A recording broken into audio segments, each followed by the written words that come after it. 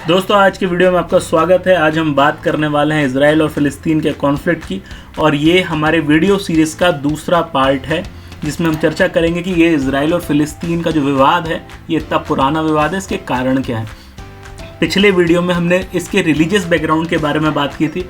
हमने बात की थी क्यों इजराइल, या जिसको पुराने ज़माने में फ़िलिस्तीन कहा जाता था, वो और जेरूसलम ख़ासतौर से ज्यूज़, क्रिश्चियंस और इस्लाम तीनों के लिए महत्वपूर्ण है। आज हम उसके आगे जाने वाले हैं। आज हम उस क्षेत्र को, जो उस ज़माने का ओटोमन एम्पायर था, वर्ल्ड वॉर 1 के पहले जो क्षेत्र ओटोमन एम्पायर कहलाता था, उससे लेके वर्ल्ड वॉर 1 तक हम लेके जाएंगे आपको इस वीडियो में। तो आपको शायद समझ में आने लगेगा कि ऐसे क्या कारण थे जिन्होंने इस विवाद को जन्म देने की शुरुआत करी थी। कभी भी कोई भी चीज़ जो हिस्ट्री से रिलेटेड है वो आप ज्योग्राफी को देखे बगैर नहीं समझ सकते, तो हम उस पर बहुत फोकस रखेंगे आज के वीडियो में। देखिए साहब, 1100 से 1600 के बीच का ये एक मैप है जो बताता है कि पूरी दुनिया में, खास तौर से यूरोप में, ज्यूज़ की या यहूदियों की कितनी बुरी हालत थी।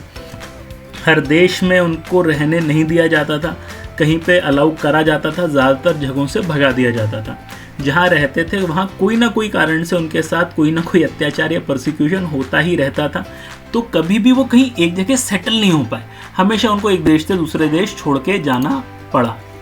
यानी स्थिति ये थी कि 19वीं सेंचुरी में जो वेस्टर्न यूरोप में रहने वाले जो ज्यूज़ थे वो थोड़ी अच्छी कंडीशन में थे।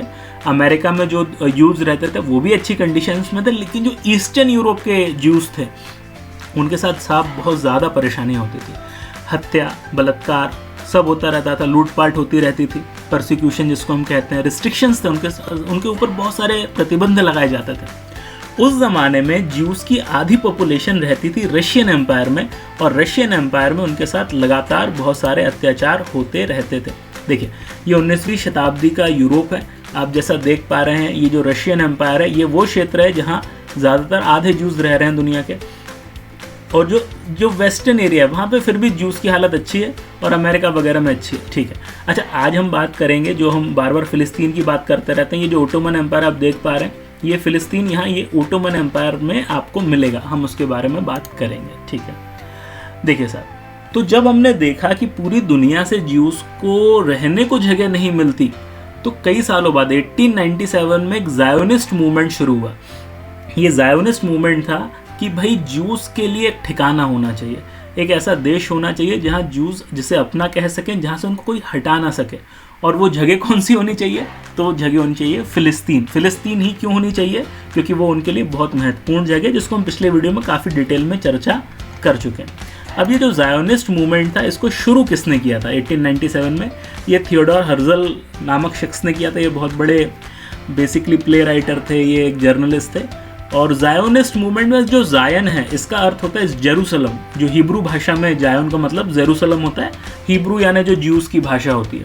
तो थियोडोर साहब को लगता था क्योंकि पूरी दुनिया में ज्यूज़ को रहने को कहीं नहीं मिल रहा, तो एक हमारे पास नेशनल होम होना चाहिए। पहले ज्यूज़ सोचते थे एसिमिलेशन करने का, लेकिन बाद में वो कर नहीं पाए और वो ज़ायोनिज़्म की तरफ चले गए। अब ये दो शब्दों का मतलब समझा। एसिमिलेशन का मतलब है जिस कल्चर में आप रहते हैं उसी में मिल जाना। तो पहले ज्यूज़ को लगता था भाई जिस देश में रह रहे हैं वहीं पे हम घुल मिल के रह लेंगे। अब भाई मान लीजिए रशिया में रहे तो रशियन कल्चर में रह लेंगे। लेकिन जब देखा कि हर जगह उनके साथ अत्याचार हो रहा है, तो कहीं ना कहीं उन लोगों की मानसिकता बदली और वो एक नेशनलिस्ट मूवमेंट की तरफ चले गए। उन्होंने कहा नहीं यार, ये लोग रहने नहीं देंगे, अपने को अपना देश अलग होना चाहिए। तो ज़ायोनिज़्म की तरफ उनका एक प्रभाव चला गया। अब देखिए, फर्स्ट ज़ायोनिस्ट कांग्रेस 1897 में हुई, जो अगर अपने थियोडोर साहब थे उन्होंने ही करवाई थी। और यहाँ मांग उठी ज्यूइश होमलैंड की, यानी ज्यूज़ के लिए एक घर की बात हुई जो कहाँ चाहिए? फ़लस्तीन में चाहिए, जो आज के ज़माने में जिसको हम इजराइल कहते हैं। उस ज़माने में इसका नाम, उस क्षेत्र का नाम फ़िलिस्तीन था, जो किसके अंडर आता था? जो उस ज़माने में ओटोमन एम्पायर के अंडर आता था। देखिए समझेंगे। 1517 से 1917 तक जो फ़िलिस्तीन या जो प्रेजेंट इजराइल है, या ज़्यादातर मिडिल ईस्ट जो है, वो ओटोमन एम्पायर के कब्ज़े में था। ओटोमन एम्पायर यानी तुर्की लोगों की एक एम्पायर थी, जो बहुत ही स्ट्रॉन्ग एम्पायर रही है और हिस्ट्री में उनका काफ़ी ज़्यादा रोल रहा है। कभी आपको पढ़ने का मौका मिले तो। स्पेसिफिकली फ़िलिस्तीन की अगर हम बात करें तो 19वीं शताब्दी के आसपास जो फ़िलिस्तीन की पॉपुलेशन थी वो मानी जाती 80% में मुस्लिम रहते थे, 10% के आसपास क्रिश्चियन रहते थे और जूस जो है 5 से 7% रहते थे। आने वाले वक्त में ये फिगर चेंज होंगे, जब हम होंगे तब हम उसकी चर्चा ज़रूर करेंगे, लेकिन ये फिगर्स ध्यान रखिएगा। तो खैर, तो ओटोमन एम्पायर वो क्षेत्र था जहाँ पे आपका फ़िलिस्तीन है। देखेंगे आप ओटोमन एम्पायर का विस्तार देखिए कितना बड़ा है। आप देख रहे होंगे कि ये जो आज की तारीख में प्रेजेंट डे तुर्की है, ये पूरा ओटोमन एम्पायर का, नीचे सीरिया है, इराक है, लेबनान है, नीचे ये आपका जो ये वाला जो क्षेत्र है ये है आपका इजराइल या फ़िलिस्तीन, इसके नीचे ये येमन, ये पूरा का पूरा सब ओटोमन एम्पायर के पास था, जो वर्ल्ड वॉर 1 के पहले तक उनके हाथ में था। वर्ल्ड वॉर 1 जो 1914 से 1918 तक हुआ, ठीक है। वर्ल्ड वॉर 1 में ओटोमन एम्पायर ने लड़ाइयाँ लड़ी और वो हार गए, और उसके कारण ओटोमन एम्पायर के छोटे छोटे टुकड़े हो गए। टर्की, सीरिया, फ़िलिस्तीन, लेबनान, जॉर्डन, इराक, येमन, ये सारे देश कहीं ना कहीं ओटोमन एम्पायर से टूट के बन गए। देखिए ये मैप शायद आप थोड़ा और अच्छा आपको समझ में आएगा इसमें, कि ये जो आपको ये हरे रंग का जो कलर दिख रहा है थोड़ा सा ये वर्ल्ड वॉर 1 के पहले का ओटोमन एम्पायर, और उसके बाद वहाँ से कौन कौन से देश उभरे, शायद आप इसको देख के समझ बेहतर पा रहे होंगे। टर्की, सीरिया, इराक, येमन, आपका फ़िलिस्तीन जो आपका झगड़े की जड़ है पूरा, ये सब यहाँ से निकले थे। वर्ल्ड वॉर 1 1914 से 1918 क्यों शुरू हुआ वर्ल्ड वॉर 1? इसकी एक बहुत ही इंटरेस्टिंग कहानी है। देखिए हुआ क्या, ऑस्ट्रिया हंगरी के राजकुमार थे फ्रांज फर्डिनांड, वो सरायेवो में अपनी वाइफ के साथ घूमने गए हुए थे, किसी एक प्रोग्राम में भाषण वगैरह देने गए थे। वहाँ इनकी और इनकी वाइफ की हत्या हो गई 28 जून 1914 को। इस हत्या ने कहीं ना कहीं वर्ल्ड वॉर 1 इनिशिएट कर दिया। सोचिए साहब, एक या दो हत्याएं हुई जिसके कारण पूरा विश्व युद्ध शुरू हो गया। German empire, Austria Hungary empire और ओटोमन एम्पायर, ये जो बड़े बड़े 3 देश हैं वो एक तरफ थे इस युद्ध में, दूसरी तरफ था Russian empire, France, Britain, Italy, पुर्तगाल, Greece, Serbia, Romania, Belgium, America, ना पूरे के पूरे लोग उस साइड थे। अब इस युद्ध में जो एक बहुत बड़ा टेंशन ग्रेट ब्रिटेन को था वो ये था कि कहीं ऐसा ना हो ओटोमन एम्पायर जो है वो अपने आप में, जो तुर्किश एम्पायर है, तुर्कियों का एम्पायर है, वो मुस्लिम एम्पायर है, पूरा मिडिल ईस्ट उनके पास आता है, तो कहीं ऐसा ना हो कि भाई ये इस युद्ध को रिलीजियस वॉर ना बना दें, कि वो मुस्लिम वर्सेस क्रिश्चियन ना कर दें। क्यों? क्योंकि भाई ओटोमन एम्पायर में ज़्यादातर पूरा मिडिल ईस्ट के अरब्स हो गए, तुर्किश लोग हो गए, ये किससे लड़ रहे हैं? ये फ्रांस, ब्रिटेन, अमेरिका से लड़ रहे हैं, जो प्रिडोमिनेटली क्रिश्चियन कंट्रीज़ हैं। तो ये चाहता नहीं था कि ब्रिटिश ऐसा कोई भी स्थिति बने। तो उन्होंने क्या किया, तो उस ज़माने में जो अरब कंट्रीज़ हैं, जो आज के अरब कंट्रीज़ हैं, उस ज़माने में तो भाई ओटोमन एम्पायर के अंडर आते थे। तो जो मक्का, जो आपने सुना होगा ना मक्का मदीना, तो मक्का भी जो था वो कहीं ना कहीं ओटोमन एम्पायर के अंदर आता था, जो एक छोटे छोटे सेल्फ गवर्नड एरियाज थे। तो हेनरी मैकमोहन, ये ब्रिटेन के बहुत बड़े राजनयिक थे, उन्होंने चिट्ठियाँ लिखी हुसैन बिन अली साहब को, जो ज़माने में शरीफ ऑफ मक्का थे, यानी मक्का के एक प्रकार से राजा प्रकार से थे। ये एक पदवी होती है जिनका काम होता है मक्का की रक्षा करना, और हज़रत मोहम्मद, पैगंबर मोहम्मद साहब के ये डिसेंडेंट माने जाते हैं हुसैन बिन अली। तो मैकमोहन हुसैन करस्पॉन्डेंस कहा गया इसको, जिसमें मैकमोहन ने कहा कि भाई साहब आप ओटोमन एम्पायर के साइड मत रहिएगा इस युद्ध में, एक काम करिए आप ब्रिटिश एम्पायर के साइड में आ जाइए। क्यों आ जाइए? ताकि भाई जो मुस्लिम से कुछ हमारे साइड भी दिखें, और उससे ये युद्ध जो है कम से कम रिलीजियस वॉर नहीं दिखेगा। तो कहीं ना कहीं अगर आप हमारे साइड लड़ेंगे तो इस युद्ध के बाद जब हम ओटोमन एम्पायर को जीत लेंगे तो वो जो क्षेत्र हम जीतेंगे वो हम आपको दे देंगे। और ये कब हुआ है? ये 24 अक्टूबर 2015 से करस्पॉन्डेंस शुरू हुआ है। अच्छा, हेनरी मैकमोहन का इंडिया से भी एक ताल्लुक है। इंडिया में जो आपने इंडिया और चाइना के बीच की जो एक मैकमोहन लाइन है, जो इंडिया और तिब्बत के बीच की भी मानी जाती है, ये मैकमोहन साहब के नाम पे ही है। खैर, तो अब अरब्स को उन्होंने कहा कि भाई आप लड़ लीजिए हमारे सपोर्ट में, जब लड़ के जीत जाएंगे ओटोमन एम्पायर से हम, तो वो क्षेत्र हम आपके नाम कर देंगे। तो अरब्स को भी बहुत अच्छा लगा, उन्होंने कहा हाँ अच्छी जगह है, तो हमें एक सिंगल यूनिफाइड और इंडिपेंडेंट अरब स्टेट चाहिए पड़ेगा, जो सीरिया से लेके यमन तक को, जो आप ये लाइन देख पा रहे हैं, ऊपर वाला क्षेत्र सीरिया है, यहाँ नीचे यमन है, यानी कि पर्शियन गल्फ से लेके मेडिटेरियन सी के बीच का जो पूरा क्षेत्र है, ये एक पूरा अरब एम्पायर बनना चाहिए। अब आप ध्यान दीजिए साहब, ये इजराइल भी यहीं आता है। तो इन्होंने क्या कहा कि ये पूरा का पूरा क्षेत्र अरब्स को मिलना चाहिए जब हम ये युद्ध जीत जाएं उसके बाद, और ब्रिटिशर्स ने उसके लिए हाँ कर दी। अब आप कहेंगे भाई इजराइल के फ़िलिस्तीन के लिए तो ऑलरेडी आप मान चुके हैं कि ये हम किसको दे देंगे? अरब्स को। लेकिन अभी पिक्चर अभी बाकी है।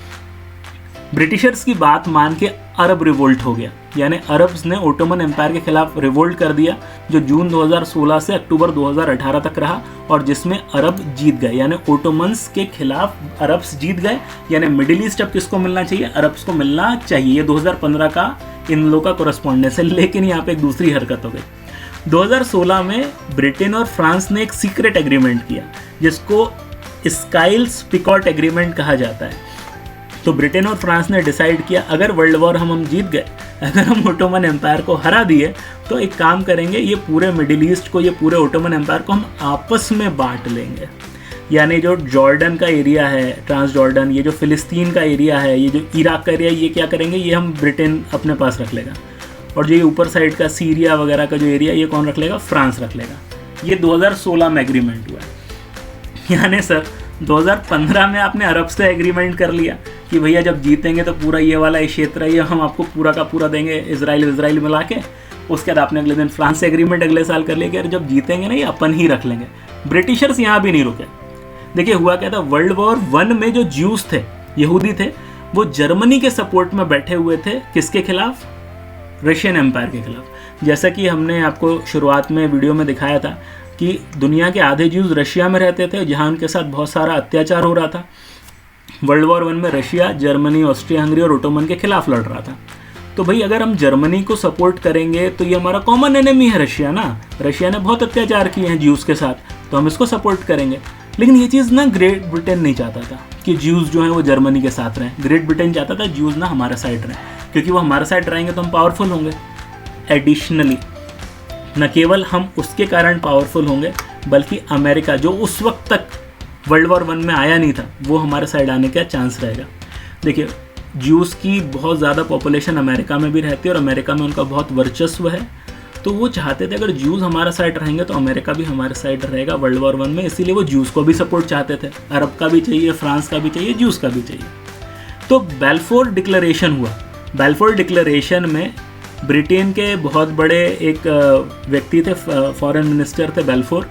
उन्होंने जूइश हेड व्यक्ति को एक चिट्ठी लिखी 1917 में लिखी और कहा कि जब हम ये युद्ध जीत जाएंगे तो फ़िलिस्तीन का क्षेत्र हम आपको दे देंगे। यानी national home for Jewish people in फ़िलिस्तीन बनाया जाएगा अकॉर्डिंग टू बेल्फोर डिक्लेरेशन। ये 1917 में हुआ। अब देखिए साहब कितनी इंटरेस्टिंग चीज़ हो रही है।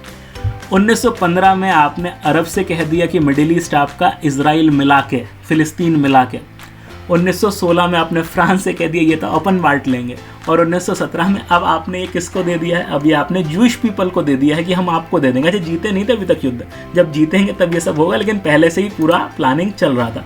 ये देखिए ये लेटर जो लिखा गया था, रॉथचाइल्ड को लिखा था, ये उन्होंने बेल्फोर ने, ये लेटर है। और उसके बारे में जो भी अगले दिन अखबारों में आता कि फ़िलिस्तीन फॉर द ज्यूज़ की बात की जा रही है, ऑफिशियल सिंपैथी है। ठीक है, वर्ल्ड वॉर 1 ख़त्म हुआ और जिसको ब्रिटिशर्स ने जीत लिया, ब्रिटिश, अमेरिका, फ्रांस ने। और ओटोमन एम्पायर ब्रिटिश एम्पायर जीत गया और आपके ओटोमन एम्पायर, ऑस्ट्रिया हंगरी और जर्मनी हार गए। अब क्या करें? तो देखिए साहब वर्ल्ड वॉर 1 के बाद दुनिया को डर लग रहा था कि वर्ल्ड वॉर 2 ना हो जाए। तो वर्ल्ड वॉर 2 रोकने के लिए एक संस्था बनाई गई थी जिसका नाम था league of Nations. League of Nations का काम था, एक्सप्लिसिट काम था वर्ल्ड वॉर 2 को रोकना। लेकिन अनफॉर्चुनेटली वर्ल्ड वॉर 2 भी हो गया। तो वर्ल्ड वॉर 2 की एक नई संस्था बनाई गई जिसको हम यूनाइटेड नेशंस के नाम से जाते हैं, जिसका काम है वर्ल्ड वॉर 3 को रोकना, और अभी तक वो उसमें सफल रही है। खैर, तो लीग ऑफ नेशंस एक अंतर्राष्ट्रीय समूह था देशों का, जिसने डिसाइड किया कि भाई ये जो क्षेत्र है, जो फिलिस्तीन का क्षेत्र है, जो मिडिल ईस्ट का क्षेत्र है, ये अभी सेल्फ गवर्नेंस के लायक नहीं है। तो ये क्षेत्र किसको दे दिया जाए? ये क्षेत्र मैंडेट फॉर फिलिस्तीन है, ये ब्रिटेन और फ्रांस को दे दिया जाए। यानी कि जो सीरिया वाला क्षेत्र है, ये जो ऊपर वाला क्षेत्र है, ये किसको दे दो आप? फ्रांस को दे दो मैनेज करने के लिए। नीचे ये जो आपका इजराइल है, फिलिस्तीन जिसको हम उस ज़माने में कहते थे, ये जो ट्रांस जॉर्डन है, ये जो इराक है, ये सब किसको दे दो? ब्रिटेन को दे दो। बोला जब स्थितियाँ बनेंगी तब हम किसी को दे देंगे। अब यहाँ तकलीफ़ ये है साहब कि चलो ब्रिटेन एग्री कर देगा, बाद में हम ये चीज़ दे देंगे, किसको? अरब्स को दे देंगे। लेकिन अरब्स ने तो क्या कहा था, ये पूरा का पूरा हमारा है, इंक्लूडिंग इजराइल या फ़िलिस्तीन। और आपने ये फ़िलिस्तीन और किसको दे रखा है? ज्यूस को दे रखा है। तो यहाँ पे आप कैसे करोगे भैया? आपने दोनों से कैसे एग्रीमेंट कर लिया? तो ब्रिटिशर्स ने ये कहा कि जब जब हमारा करस्पॉन्डेंस हुआ, मैकमोहन साहब का करस्पॉन्डेंस हुआ शरीफ ऑफ मक्का जी से, तो हमने कभी भी उनसे ये नहीं कहा कि हम ये वाला जो फ़िलिस्तीन का क्षेत्र है हम उसको देंगे। हमने हमेशा कहा था ये क्षेत्र छोड़ के हम पूरा का पूरा अरब्स को दे देंगे। दिक्कत ये थी जो करस्पॉन्डेंस होता था, जो अखबार जो लेटर्स लिखे जाते हैं उसमें थोड़ा सा कन्फ्यूजन था, कुछ लैंग्वेज का कन्फ्यूजन था जिसको दोनों लोग अपने हिसाब से इंटरप्रेट करते हैं। अरब कहते हैं नहीं नहीं सर आपने तो कहा था पूरा हमारा, और ब्रिटिश कहते हैं नहीं नहीं पूरा आपका लेकिन फ़िलिस्तीन नहीं। तो जैसा कि आप देख रहे हैं कि वर्ल्ड वॉर 1 से पहले ही बीज पड़ चुके थे उस कॉन्फ्लिक्ट के, जो आने वाले वक्त में एक बहुत भयावह रूप लेने वाला है। अगर वीडियो आपको अच्छा लगा है तो कृपया हमारे चैनल को सब्सक्राइब करें और वीडियो को शेयर करें। अगले वीडियो में हम बात करेंगे वर्ल्ड वॉर 1 से आगे की और जो नए कन्फ्लिक्ट इजराइल देखने वाला है उनकी। मिलेंगे अगली वीडियो में, तब तक के लिए जय हिंद।